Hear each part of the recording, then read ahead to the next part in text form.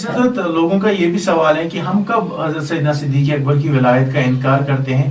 ہم تو اس ولایت کا انکار کرتے ہیں جیسے جو ولایت علی المرتضی رضی اللہ تعالیٰ کو ملی، تو دو ولایتوں میں فرق کرتے ہیں کہ وہ ولایت کوئی اور ولایت ہے اور یہ ولایت کوئی اور ولایت ہے. اس پہ تھوڑی سی روشنی ڈالیں. ہاں، پہلی بات تو یہ ہے کہ یہ تصوف کا مسئلہ ہے نا. ایک تو ہوتا ہے عقیدے کے مسئلے، وہاں عقائد کے امام سے لیں گے. ایک ہوتا ہے فقہ کے مسئلے، وہاں کن سے؟ اپنے ماہرین سے لیں گے. یہ کن کا مسئلہ؟ تصوف کا. اور تصوف کا ان کے ائمہ سے دیکھیں. ٹھیک ہے، تو آپ تصوف کے علماء اور ائمہ میں سے دیکھیں. پہلی بات تو ہے کہ پیارے آقا خود تصوف کے بھی امام ہے ہر چیز. جب خود وہ کہہ رہے ہیں کہ صدیق اکبر ان کے سینے میں کچھ راز ہیں، تو دوسری بات ہی نہیں ہے. جب قرآن ان کے اشارہ دیتا ہے کہ ان اللہ معنا، یہی تو قرب ہے. ولایت تو کہتی ہے اس کو جو متقی ہو، اور قرآن کہتا ہے انما ان اکرمکم عند اللہ اتقاکم، تم میں سے وہی خدا کے نزدیک اکرمکم، یعنی خدا کے نزدیک سب سے زیادہ پیارا کون ہے؟ جو تقوی گزار ہو. اور یہ تو متقی ہی نہیں اتقا ہے. قرآن نے صدیق اکبر کو متقی نہیں اتقا کہا. سبحان اللہ. قرآن میں ہے سیجنبہ الاتقا. یہ علماء مفسرین کہتے ہیں کہ یہاں صدیق اکبر مراد ہے کہ اتقا. قرآن ان کو متقی نہیں کہا. ایک ہوتا ہے متقی، ایک ہوتا ہے اتقا، اس سے بھی اوپر. ٹھیک ہے، مبالغہ کا صیغہ ہے. تو قرآن نے تو ان کو اتقا کہا، اور قرآن کہتا ہے کہ جتنا زیادہ تقویٰ اتنا خدا کے نزدیک. تو یہی تو قرب ہے، یہی تو ولایت ہے. دوسری بات آپ دیکھیے، امام ابو نصر سراج رحمۃ اللہ تعالی علیہ تصوف کے امام ہیں. ان کی کتاب کتاب اللمع، ان کی کتاب کتاب اللمع، وہ اس میں کہتے ہیں کہ پیارے آقا صلی اللہ، تصوف کی کتاب ہے، وہ کہتے ہیں پیارے آقا صلی اللہ تعالی علیہ وسلم جب صحابہ کا ذکر کرتے تو پہلے ابوبکر کا نام لیتے ہیں. اور چونکہ میں بھی تصوف کے حوالے سے بات کر رہا ہوں تو پہلے ان کا نام لوں گا. اللہ اکبر. تصوف کے امام ان کو چھوڑیے. امام ابو النجم اصفہانی رحمۃ اللہ علیہ اولیاء میں وہ کہتے ہیں یہ کتاب میں نے لکھی تاکہ میں جو سلف ہے ان میں ایسے اولیاء کے ان کے واقعات لکھوں، اور وہاں بھی پہلے ابوبکر کا نام آتا ہے. آپ دیکھیے نا، جہاں بھی آپ کو نظر پڑے صوفیہ سے ابوبکر کا نام پہلے آئے گا. آپ دیکھیے نا. اچھا یہ چھوڑیے، آپ پیارے آقا صلی اللہ علیہ وسلم کہتے ہیں کہ معراج کے بعد تصدیق کس نے پہلے کی؟ صدیق اکبر کی. یہی تو ہے ایمان بالغیب. ایمان میں قوت. آپ قرآن کہتا ہے کہ اولیاء وہ ہے، قرآن سورہ یونس کی آیت ہے الذین آمنوا وکانوا یتقون، جو ایمان لائے اور تقوی. اور یہ تو اتقا ہے.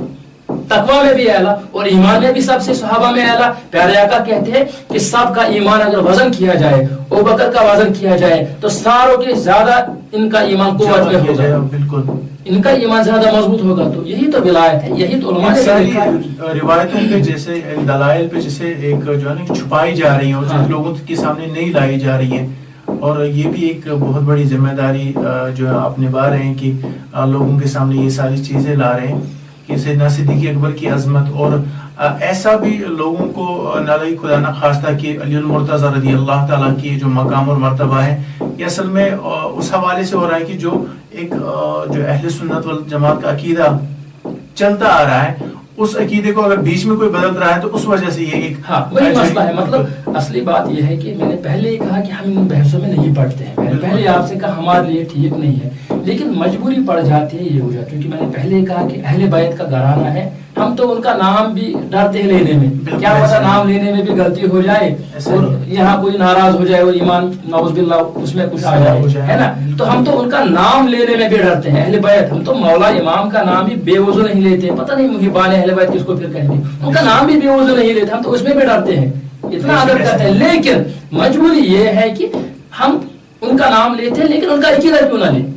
مولا امام کا، امام علی کا نام ان کا عقیدہ بھی لینا پڑے گا. بخاری شریف میں حدیث محمد بن حنیفہ، وہ ان کے بیٹے ہیں، انہوں نے ایک بار کہتے ہیں، بخاری میں بڑی مشہور حدیث شریف ہے، وہ کہتے ہیں امام علی منبر پہ تشریف فرما، میں نے کہا لوگوں میں سب سے افضل کون ہے؟ انہوں نے کہا ابوبکر.